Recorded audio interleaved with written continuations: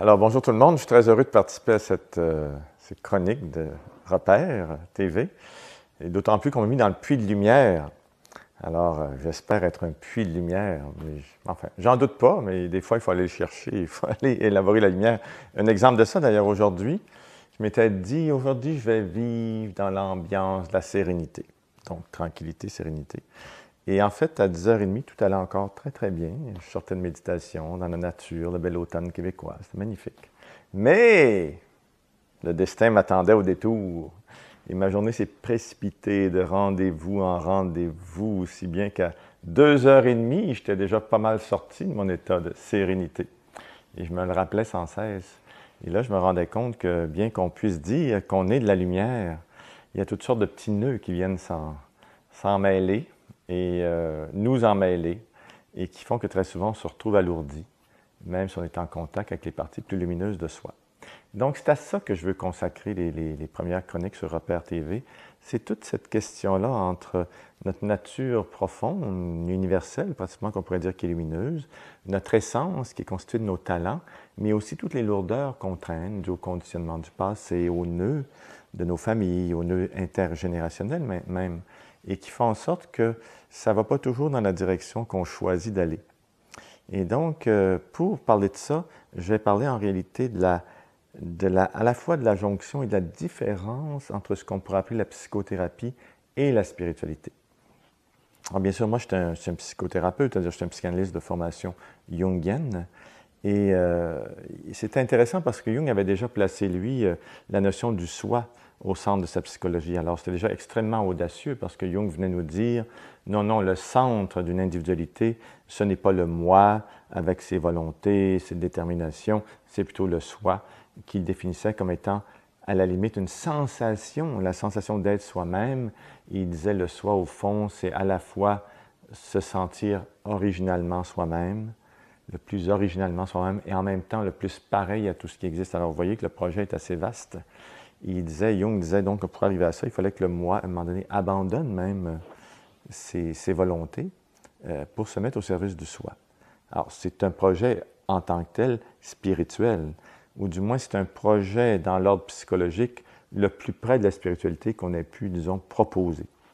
Et c'est ça qui m'avait attiré chez Jung parce que au départ, mon histoire avait plus à faire avec la spiritualité. Bon, bien sûr, je viens du christianisme. J'étais le genre de petit gars qui pleurait devant la croix quand il était jeune. Je me sentais très, très mystique. Après, j'étais déçu par le christianisme de mon enfance, avec toutes ses règles, et notamment son attitude par rapport à la sexualité qui nous rendait la vie pas mal difficile comme jeune homme.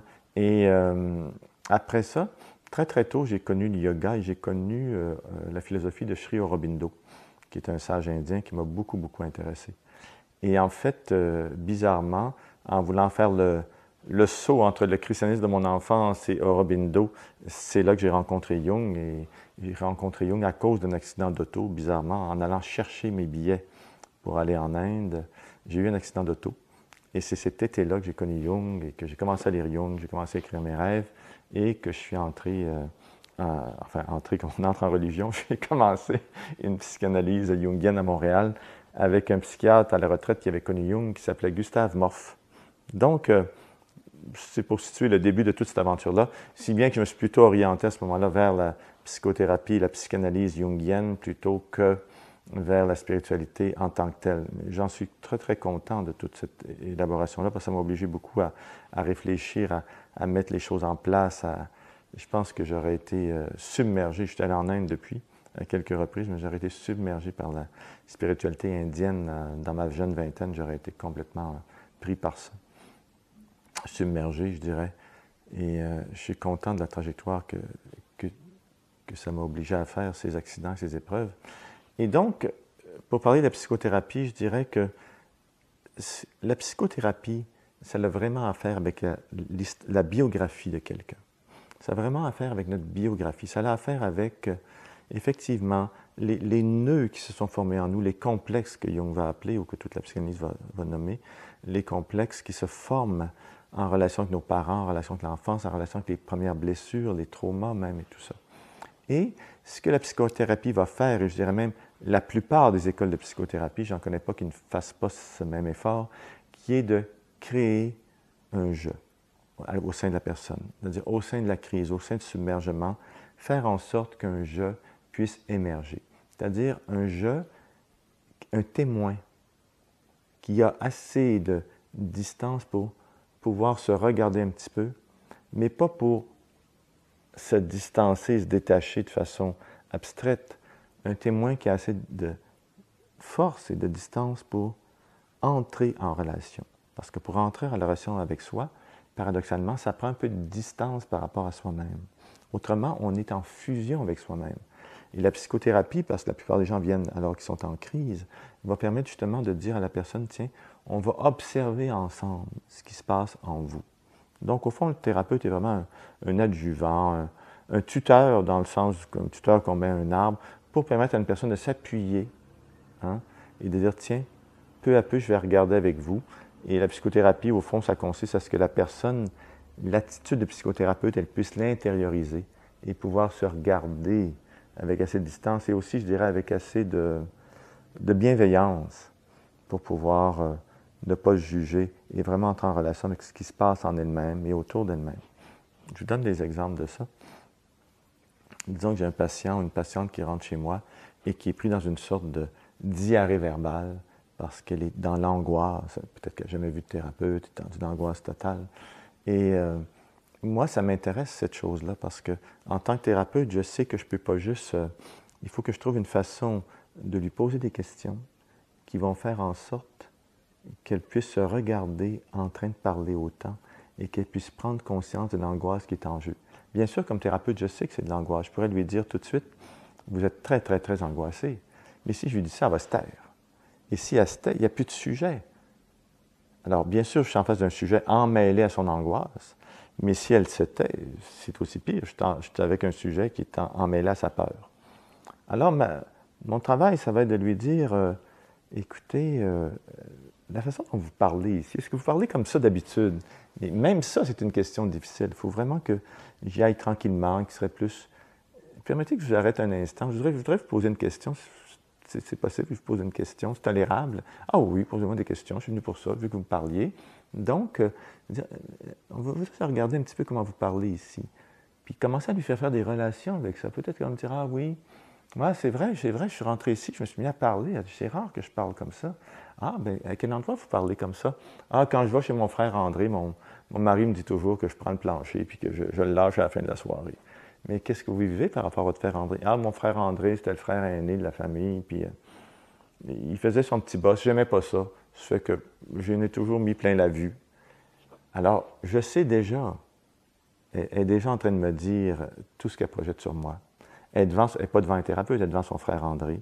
Ça l'angoisse. Et elle est en train de prendre le plancher, comme elle prend ce plan. Alors, tranquillement, à travers les associations, je vais pouvoir faire émerger un sujet. Je vais même pouvoir lui faire qualifier la façon dont elle parle. Vous trouvez-tu que vous parlez beaucoup? Ah ouais, ça. Puis là, elle va bien sûr, en me répondant, elle va repartir dans son affaire. Bien, tranquillement, je vais la ramener. Tout ça pour permettre donc l'émergence de ce témoin-là. Bien sûr, il y a beaucoup de techniques thérapeutiques qui vont permettre l'établissement de ce dialogue-là. Je vous en nomme juste quelques-unes. Par exemple, Jung avait comme habitude de faire dessiner ses patients ou de leur faire écrire leurs rêves ou même les faire sculpter dans l'argile ou dans le sable, des choses comme ça. Toute l'art-thérapie a repris ce mouvement-là. Et l'idée, c'est que, c'est une idée extrêmement simple, mais tellement efficace par sa simplicité, c'est que la personne qui est en train de dessiner sa dépression, c'est pas la même personne que celle qui est déprimée. Et à cause de ça, la personne qui est en train de dessiner sa dépression, au fond, je peux dire, j'ai une personne saine en face de moi. Et elle est en train de mettre sa dépression en dehors, donc elle est en train de se démêler. Et une fois qu'elle aurait dessiné sa dépression, disons une grosse pierre ou une grosse feuille noire, je vais dire, tiens, on va établir maintenant, on va laisser parler votre grosse pierre noire. On va la laisser s'exprimer. Donc, j'étais en dialogue avec la dépression au moyen d'un instrument. Mais ça peut être n'importe quoi. Denise Roussel, qui était une psychologue qui est morte, qui était à l'Université de Montréal, elle s'était beaucoup intéressée au tarot projectif.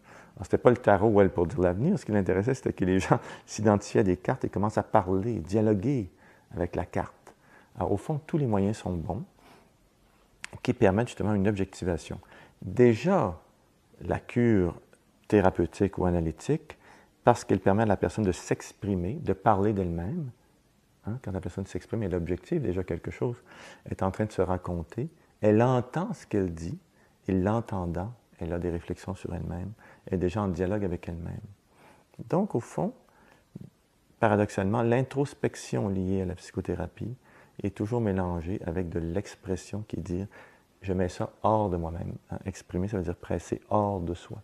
Donc, je me permets de mettre les choses hors de moi-même pour établir un dialogue et permettre au « je », celui qui dit « je parle, je m'exprime », au « je » peu à peu de émerger.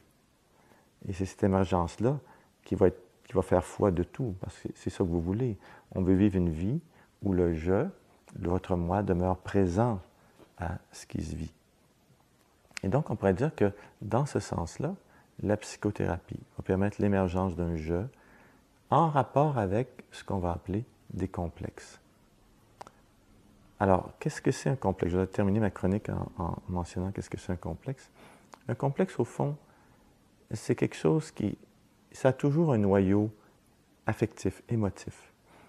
Il se passe quelque chose. Vous êtes jeune, votre mère vous frappe, vous ne pouvez pas intégrer ça, elle a toujours été douce avec vous, votre mère vous frappe. Vous devez faire quelque chose avec ça.